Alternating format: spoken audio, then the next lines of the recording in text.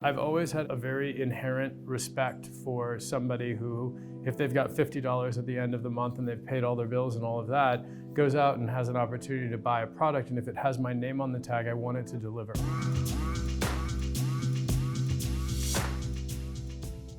At just 24 years old, Nate Berkus formed a one-man design firm and set about making a name for himself in the city of Chicago. It's now 25 years later, and he's managed to build a design empire, from product collections to brand partnerships. And there was one moment in particular that really changed the course of his career.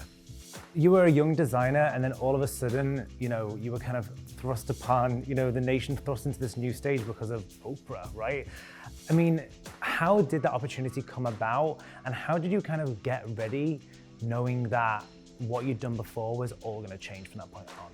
I got a call from Harpo, from Jenna Kostelnik, and she said, "We would like to try to work with you if you'd be interested in coming on the show. We have a small space makeover in Boston in the Back Bay. I need you to bring your plumbers and your painters and your drywallers and everyone this afternoon in a truck to Boston, and we'll all meet there tomorrow afternoon, and we can walk through the project." And I said, "I'm gonna need to call you back in like 10 minutes.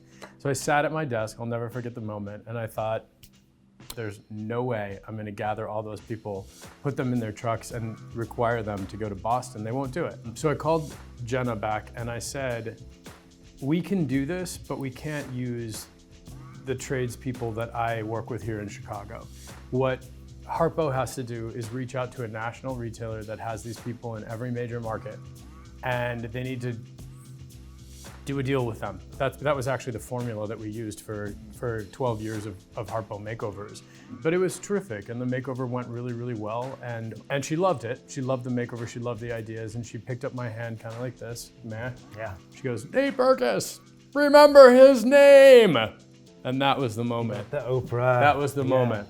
At the time, I wish I could tell you that I had all my ducks in a row and that I was this brilliant business strategist, and I was like, that was the moment, I'm gonna capitalize on that, and I'm gonna do publishing and licensing and product endorsements, and I'm gonna travel the world, and I'm rich.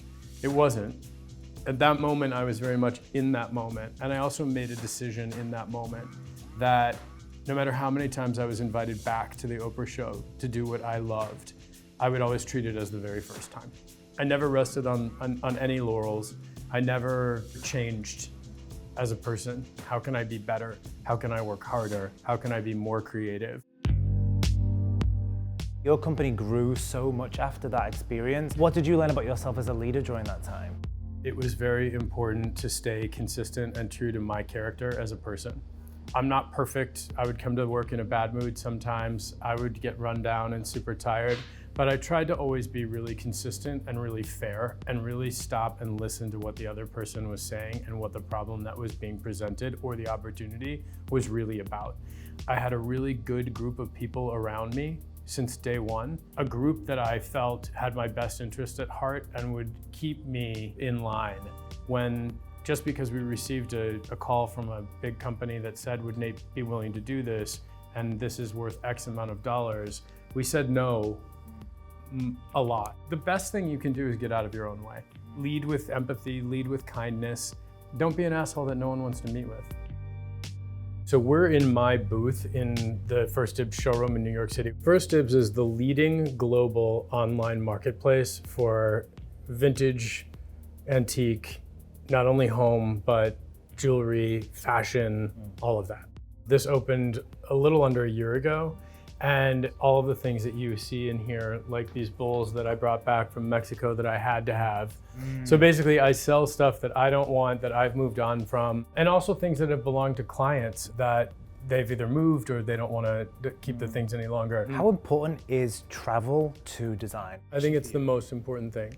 And I think that when people who are just starting out in design ask me the thing that I find the most important about being a good designer, not just a okay designer, and that thing is references. And if you can't afford to travel, you need to be in the library, you need to be online, you need to study different cultures and what the crafts are from those cultures and how you can apply them and mix and combine them in a way that's very singular and unique to what you're doing. You're having, the 25th anniversary of your business.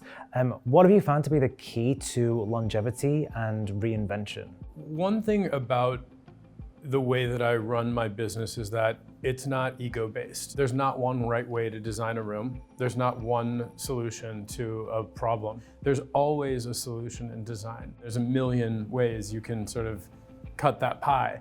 And what I've learned about collaboration and what I learned initially about it is that there's more than one good idea in the space. Nothing ever goes according to plan. Our exercise regime doesn't go, our diet doesn't go according to, nothing does. What I've learned in those moments of crisis is that that is a really huge part of being in the service industry and a really huge part of being a creative in that industry. You have to face it. You have to step in front of the bus. And the bus is typically the client's fear, anger, the situation that you found yourself in. And you have to own your mistake, if there is one. You have to own the accountability. You have to be 100% accountable. And I've made some very expensive mistakes over the years, and I have navigated them well. And I've made some very expensive mistakes over the years, especially in the early years where I navigated them very, very poorly.